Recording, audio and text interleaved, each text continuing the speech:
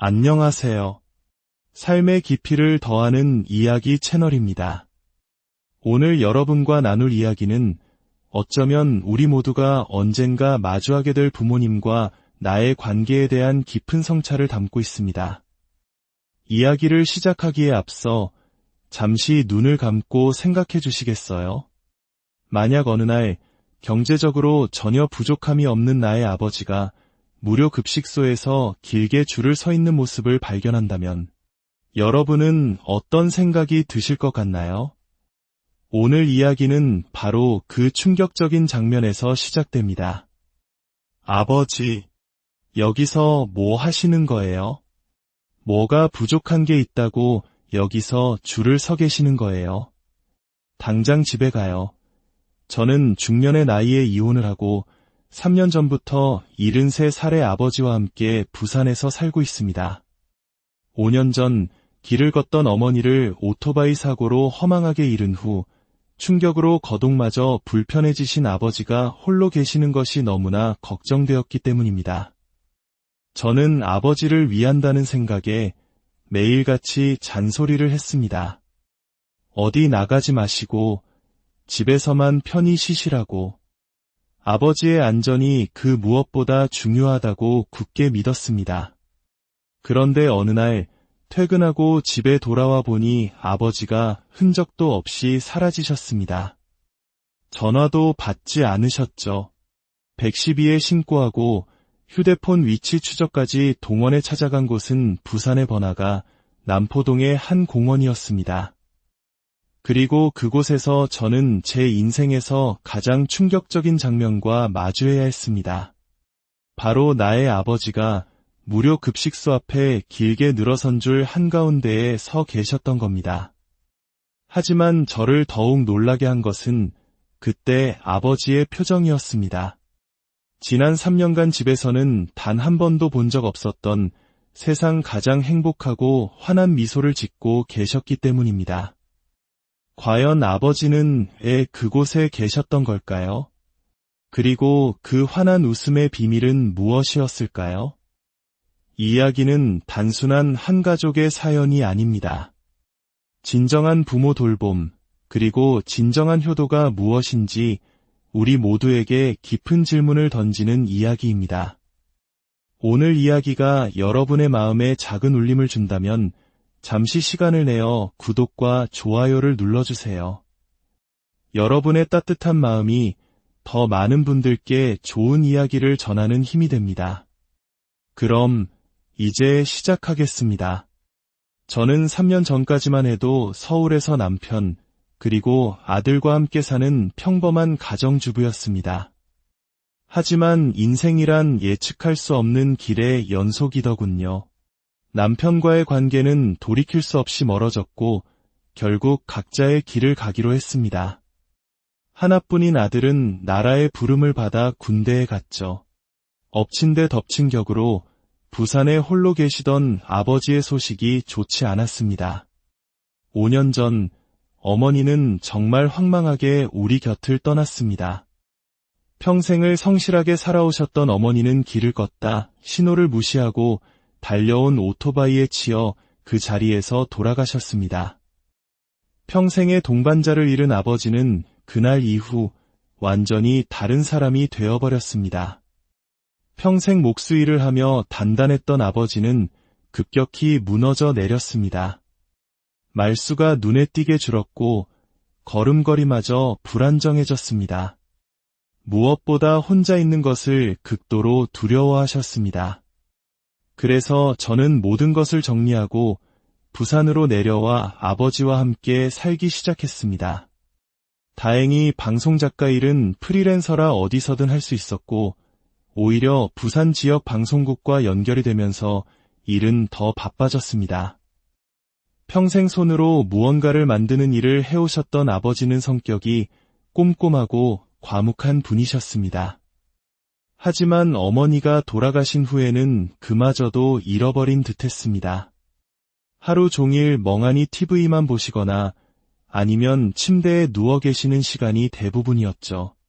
제가 가장 걱정했던 것은 아버지가 혼자 외출하시는 것이었습니다. 어머니의 사고 이후 트라우마가 깊게 남은 탓인지 길을 걷다가 갑자기 멈춰서거나 방향 감각을 잃는 경우가 종종 있었기 때문입니다. 어느 날 아침 제가 회의 준비로 분주하게 움직이고 있는데 아버지가 외투를 입고 현관으로 향하셨습니다. 아버지, 어디 가세요? 그냥 잠깐 바람 좀 쐬고 올까 해서. 안 돼요.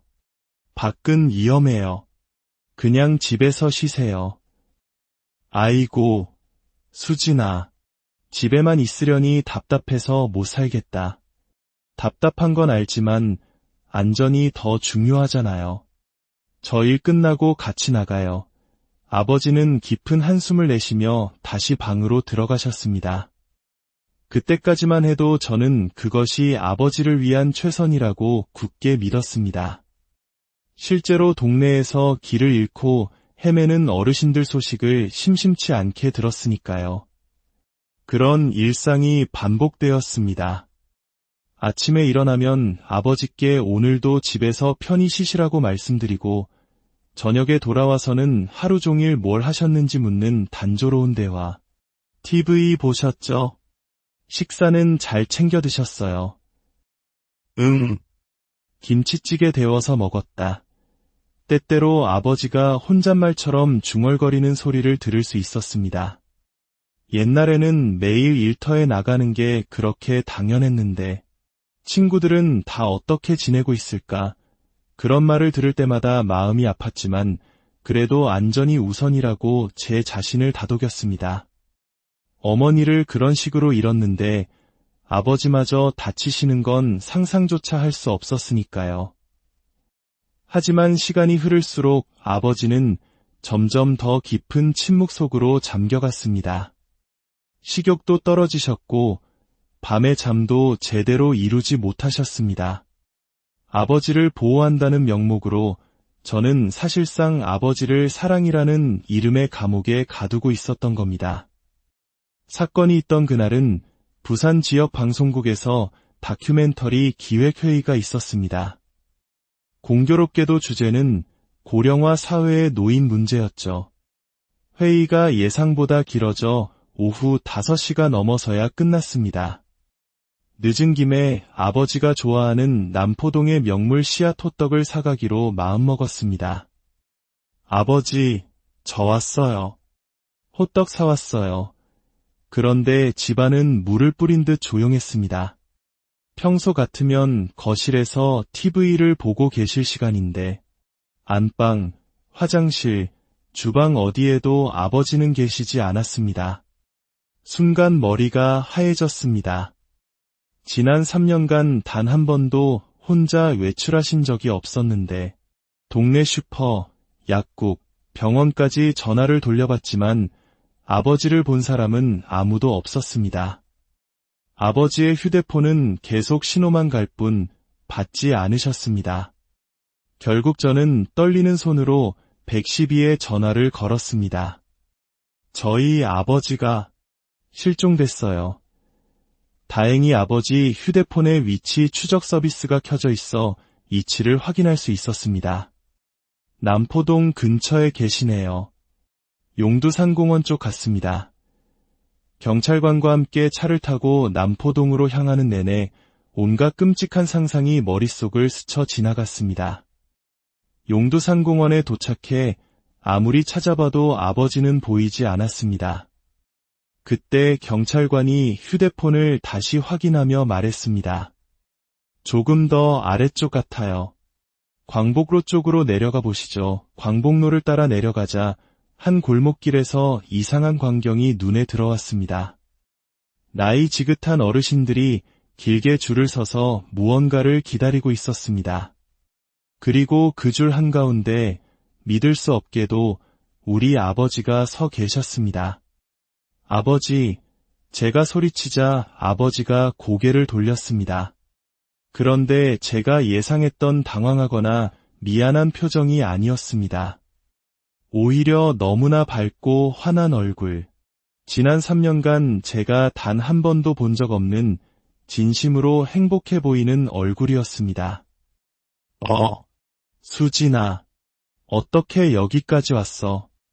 아버지, 왜 이런 곳에 계세요?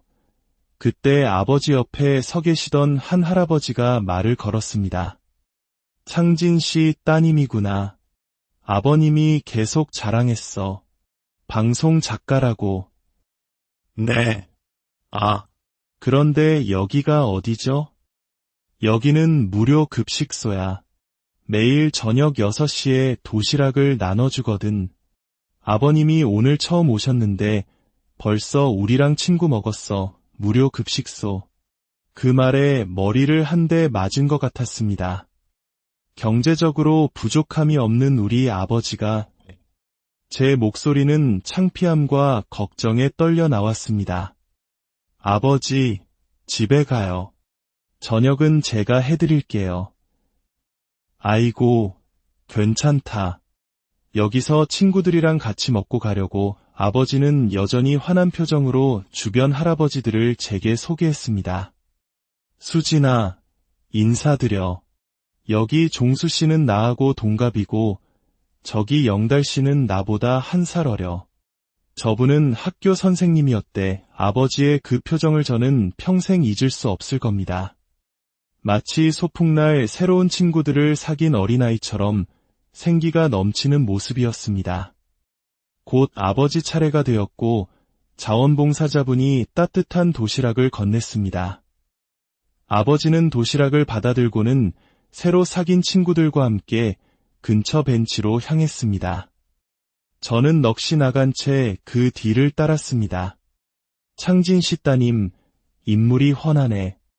김종수라는 목소리가 우렁찬 할아버지가 말을 걸었습니다. 오늘 오후에 아버님이 여기 벤치에 혼자 앉아 계시더라고. 하도 심심해 보여서 내가 말을 걸었지. 다른 할아버지가 말을 받았습니다. 처음에는 말도 별로 없더니 우리가 장기 두는 걸 보더니 관심을 보이더라고. 그래서 같이 뒀는데 실력이 보통이 아니야. 아버지가 장기를 두실 줄 아세요? 제가 놀라서 묻자 아버지가 쑥스럽게 웃으며 말했습니다. 젊었을 때 친구들하고 자주 뒀는데 통 둘 사람이 없었지. 오늘 오랜만에 두니까 참 재미있더라. 그때의 아버지 표정. 마치 오랫동안 잃어버렸던 보물을 다시 찾은 듯한 그 기쁜 표정을 보며 저는 깨닫기 시작했습니다. 제가 무언가 단단히 잘못 생각하고 있었다는 것을요. 한 할아버지가 도시락을 드시면서 제게 말했습니다. 따님, 아버님께 너무 미안해하지 마. 사람이 혼자만 있으면 병나. 누구든 어울리고 싶은 게 당연한 거야. 그 순간 아버지가 조용히 말했습니다. 수진아, 내가 너한테 나가고 싶다고 말해도 넌 안 된다고 할 게 뻔했잖니. 위험하다고 집에서 쉬라고만 했으니까 가슴이 철렁 내려앉았습니다. 정말 그랬으니까요. 저는 아버지의 안전을 핑계로 아버지의 마음을 단 한 번도 헤아리려 하지 않았던 겁니다. 우리도 자식들한테 걱정 끼치기 싫어서 이렇게 나와 있는 거야. 집에만 있으면 사람이 미쳐. 창진 씨, 내일도 나올 거지? 우리 보통 오후 2시쯤 여기서 만나. 아버지는 제 눈치를 보며 선뜻 대답하지 못했습니다. 그 모습을 보니 정말 마음이 아팠습니다. 창진 씨 따님, 아버님이 우리랑 있을 때 얼마나 즐거워하는지 봤지? 사람은 사람하고 어울려야 건강해져. 집에만 계시면 몸도 마음도 약해지는 거야. 정말 그랬습니다. 지난 3년간 집에서 본 아버지와는 완전히 다른 모습. 목소리에는 활기가 넘쳤고 눈빛은 살아있었습니다. 해가 지고 가로등이 켜지자 할아버지들은 내일을 기약하며 각자의 집으로 향했습니다. 모두가 아버지에게 내일 꼭 오라며 따뜻한 인사를 건넸습니다. 벤치에 아버지와 단둘이 남았습니다. 아버지가 먼저 입을 열었습니다. 수진아, 미안하다. 말도 없이 나와서. 아니에요, 아버지. 제가 죄송해요. 아버지 마음을 너무 몰라드려서. 그날 밤 저는 잠을 이룰 수 없었습니다. 아버지의 환한 미소가 계속해서 눈앞에 아른거렸습니다. 저는 아버지를 안전하게 보호한다고 생각했지만 사실은 아버지에게서 가장 소중한 것들을 빼앗고 있었습니다. 바로 사람과의 만남, 세상과의 연결, 그리고 자신이 여전히 필요한 존재라는 느낌을 말입니다. 다음 날 오후, 저는 일을 일찍 마치고 남포동으로 향했습니다. 그분들이 어떤 분들인지, 아버지가 그 안에서 어떻게 지내시는지 제 눈으로 직접 보고 싶었습니다. 공원 입구에는 벌써 어제의 할아버지들이 모여 아버지를 기다리고 있었습니다. 어이, 창진 씨, 어서 와. 따님도 왔네. 제가 쭈뼛거리며 다가가자 한 할아버지가 작은 종이를 꺼내 보였습니다. 이거 봐. 우리 모임 이름이야. 누걸산. 누걸산이요. 누우면 죽고 걸으면 산다는 뜻이야. 우리가 지었어. 그분들은 각자의 사연을 들려주었습니다. 조선소에서 30년간 용접 기술자로 일했던 분, 평생 택시를 운전하며 사람 만나는 게 낙이었던 분, 학교에서 아이들을 가르쳤던 분, 모두 은퇴 후 찾아온 무료함과 외로움, 그리고 쓸모없는 사람이 된 것 같은 기분 때문에 힘들어하다 이곳에서 서로를 만나게 되었다고 했습니다. 그래서 우리끼리 약속했어. 매일 나와서 걷고 사람들을 만나고 뭐라도 하면서 살자고. 자식들한테 걱정 끼치지 말고 우리끼리 서로 챙겨주면서 살자고. 그들은 그냥 모여서 시간을 보내는 것이 아니었습니다. 매일 오후 2시에 만나 서로의 안부를 확인하고 하루라도 누가 나오지 않으면 전화를 하고 아프면 함께 병원에 가주는 그들만의 작은 사회 안전망, 또 하나의 가족을 만들고 있었던 겁니다. 아버지의 옛 직업이 목수였다는 것을 알게 된 다른 할아버지는 함께 공원에서 쓸 작은 운동기구를 만들자고 제안했습니다. 아버지의 얼굴이 환하게 밝아졌습니다. 평생을 해왔던 자신의 기술을 다시 쓸 수 있다는 기대감 때문이었을 겁니다. 그 모습을 보며 저는 비로소 깨달았습니다. 아버지에게 필요했던 것은 과잉보호가 아니라 자신의 삶을 주체적으로 살아갈 수 있는 최소한의 자유와 의미 있는 관계였다는 것을요. 그날 이후 우리 집은 완전히 달라졌습니다. 아버지는 매일 오후가 되면 깔끔하게 옷을 차려입고 친구들을 만나러 나가셨고 저녁에 돌아와서는 하루 동안 있었던 일들을 신나게 이야기해 주셨습니다. 장기에서 이긴 이야기, 새로 만든 의자 이야기, 독서 모임에서 읽은 책 이야기까지. 단조롭던 우리 집의 저녁 식탁은 아버지의 이야기로 풍성해졌습니다. 그러던 어느 날 독서 모짐을 이끌던 춘자 할머니가 연락도 없이 모임에 나오지 않았습니다. 모두의 걱정 속에 다음날 찾아간 할머니의 집에서 할머니는 심한 몸살로 꼼짝도 못한 채 홀로 끙끙 앓고 있었습니다. 누걸산 친구들은 곧바로 할머니를 병원으로 모셨고 일주일 동안 돌아가며 할머니를 간병했습니다. 아버지는 매일 저녁 죽을 끓여다 드렸습니다. 일주일 후 건강을 되찾고 모임에 다시 나온 할머니는 눈물을 글썽이며 말했습니다. 여러분, 정말 고마워요.